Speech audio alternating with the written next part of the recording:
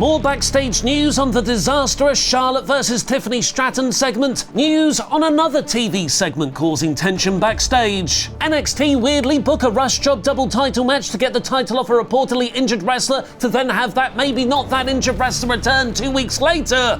And more. I'm Ollie Davis, and this is the WrestleTalk News. Support WrestleTalk! WrestleMania is the biggest event in the wrestling calendar, and some will go to any lengths to build their match on the card. Which is why, on the 7th of April episode of Monday Night Raw, Bron Breakker killed Carlito with a spear to set up the Intercontinental Championship Fatal 4-Way in 10 days' time. Carlito first started with WWE back in 2003, and in 2005 he fittingly won the Intercontinental title he sacrificed himself for this week. The sadly passed Carlito has now posted details for his memorial arrangements. Thank you everyone for your thoughts and prayers. Praying emoji! My funeral service is scheduled for this Friday. My family asks for privacy during this painful time.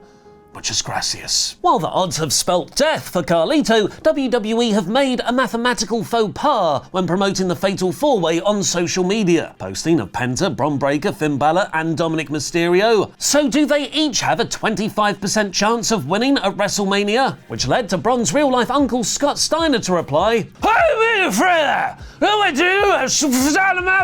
I'll actually do the maths here, because if you add Finn and Dom together, because they're in the Judgment Day, but remove the sadly departed Carlito, which minimises his proportion of men's match interferences, and JD, he's out injured too, minus Rey Fenix being on SmackDown, Bron Breakker has an 84.987% chance of retaining. But Carlito wasn't the only thing that died on Raw. Tony Hinchcliffe was also telling jokes. Because Raw is now half wrestling, half here's cast members from Love is Blind in the crowd, Netflix is smartly using its only weekly live destination programming as a way to promote other shows on its platform. This isn't anything new. Luke and I rewatched WrestleMania 28 last month, and there's a painfully bad 3-minute long Deadliest Catch backstage segment with Santino and Mick Foley, which is just there to promote the show's new series. That's 9 times longer than Daniel Bryan getting squashed by Sheamus on that same show. One of Netflix's main content pillars is their focus on stand-up comedy. And maybe because that art form has more in common with the live performance and improvisational skills of pro wrestling, the comedians haven't just been shown in the crowd, they've been part of segments. Since the Netflix move, we've had Gabriel Iglesias in a New Day backstage interview, AJ Styles saved Andrew Schultz from Logan Paul, Bert Kreischer ripped off his shirt with Otis, and on this week's Raw, Tony Hinchcliffe as a special guest commentator for the New Day vs War Raiders tag team title match. He lent into a heel persona, often siding with the New Day, which led him to say, the only thing stiffer than Michael Cole is Big E's neck. For context, that was about Cole being more formal, not that he was really excited by the match. To be honest, I didn't even really pick up on it. I was mostly annoyed by this because WWE spent practically the whole match focusing on Hinchcliffe promoting his various shows rather than the actual tag team championship bout. But one person did notice it, and they weren't best pleased, as it was the subject of the line himself, Big E. Speaking on WWE's Raw Recap podcast, Big E was asked about Hinchcliffe's joke, to which he replied, look, I'm not hurt, I'm good. I want the discourse to be had without me. Honestly, I really have no desire to weigh in on this. I didn't sign up for this. I wasn't aware of this. He did what he wanted to do. People signed off on it. He has nothing to do with me. Truly. This could be babyface character Big E kayfabe reacting to a line he did actually know was coming. Or it could be masking frustration that his very serious neck injury has been used by a controversial comedian without his approval. Or we're getting Big E and the War Raiders versus New Day and Tony Hinchcliffe at WrestleMania. Fightful has reported that Hinchcliffe was actually very respectful backstage at Raw, so I don't think his Big E line was him going into business for himself or anything. But their WWE sources did admit that his guest commentary spot came across as a dud. At least he likely said pre-approved lines though, which is more than can be said for Charlotte Flair and Tiffany Stratton. There has reportedly been backstage tension between Charlotte Flair and Tiffany Stratton, who will be fighting for the Women's World Championship at WrestleMania for the past 2 weeks. And that tension messily bubbled over on screen on last Friday's SmackDown. Despite Charlotte being a heel, she weirdly seemed totally rattled by the Chicago crowd booing her, which is generally a good thing when you're a heel. This led to her improvising and making Tiffany look bad with unplanned lines. So Tiffany fired back with some of her own. Wrestling Observer Live now claims they know exactly when the two went off script, which Fightful has mostly corroborated. Apparently it started when Stratton delivered her scripted line calling Charlotte the #1 Nepo baby. But then Charlotte, in an improvised spot, jumped in and said, Nepo Queen, which is kind of redundant depending on your system of monarchy. This was about when Flair seemed to get rattled by the crowd and, again off script, she started saying how she couldn't hear Stratton over the boos and started to do a bad impression of Tiffany with a weirdly high-pitched voice. Stratton replied by going back to the script, talking about Charlotte's history of divorces, which were reportedly already approved backstage. But then she finished on the line that Flair was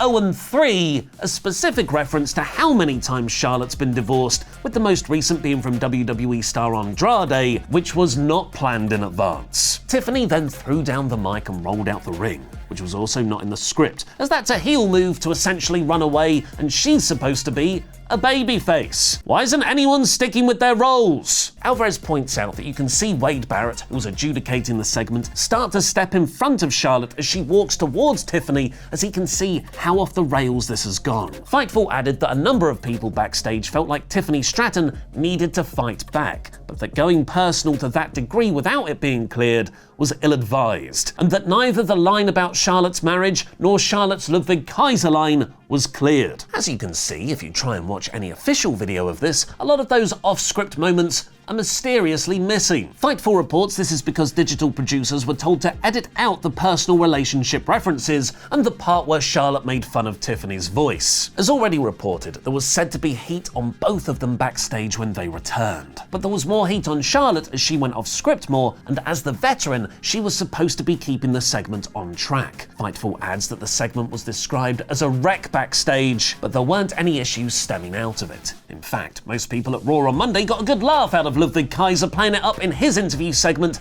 and on social media. Charlotte's dad, Ric Flair, was asked about the segment on Busted Open Radio, where he, unsurprisingly, seemed to take his daughter's side, saying, "Woo!" before following that up with, "I have an opinion, but I don't really want to voice it," and then going on to voice it. "I didn't like it, but wrestling is wrestling. I hate when they use me, but Charlotte said it right. You think that's the first time hearing my name? She works so hard. Undertaker said it best. The Queen came back and regained her crown. She deserves it. She'll be the best worker in the business, female, until the day she decides to retire." There's been some speculation on whether Rick will appear at WrestleMania in 10 days' time, either to help Charlotte win the title or try to stop John Cena breaking his 16 World Championships record. Flair told Busted Open Radio, though, that he wishes he could be, but he's under contract with AEW, so he won't be involved. It could be a similar situation with Lex Luger's Hall of Fame induction. Lex has said he wants to be inducted by his very close friends DDP and Sting. But Sting is linked with AEW. Luger has now told Bill Apter that he hasn't heard back about Sting's involvement, as that would require permission from both WWE and AEW. The day after, the Hall of Fame will see NXT's Stand and Deliver breakfast show, which has a local start time of 10 a.m. And last night's TV episode revealed the Women's Championship direction for their biggest show of the year. Weirdly very similar to that hastily booked match several weeks ago. At NXT's Roadblock special on the 11th of March, Julia lost her NXT Women's title to the Women's North American champion Stephanie Vaquer in a winner-takes-all match. That stipulation only had a couple of weeks build, and it was reported plans had to be rushed forward from NXT's much bigger show Stand and Deliver a month later on WrestleMania weekend, because Julia was working hurt and needed time off. When Vaquer beat Julia to become a double champion, it was assumed those reports were true. But then Julia returned last Friday after just 24 days out to beat Ariana Grace at a house show. And on last night's episode of NXT, Julia made a full televised return where she first saved Vaquer, beating up Jordan Grace and Jada Parker, before then seemingly turning heel on her former friend and beating Vaquer up too. Ava then made a Women's Championship Fatal 4-Way match official for Stand and Deliver breakfast, of Vaquer defending against Julia, Grace and Parker. Just after Ava had made Vaquer vacate her North American title last week, so she didn't hold two belts at the same time. The new champion will be decided in a 6-woman ladder match at Stand and Deliver. Which begs the question, why had the Kerr beat Julia to win both belts under a month ago if they were going to vacate one and have Julia return by the next big show? What do you guys think? Let me know in the comments down below. I'm guessing Julia's injuries healed way quicker than they thought, or it was a visa issue that was also rumoured that got resolved. As for everyone else for WrestleMania weekend, watch me and Luke predict what every member of the WWE roster will be doing in 3 words or less / fewer in the 3-count WrestleMania 41 special by clicking the video on screen now.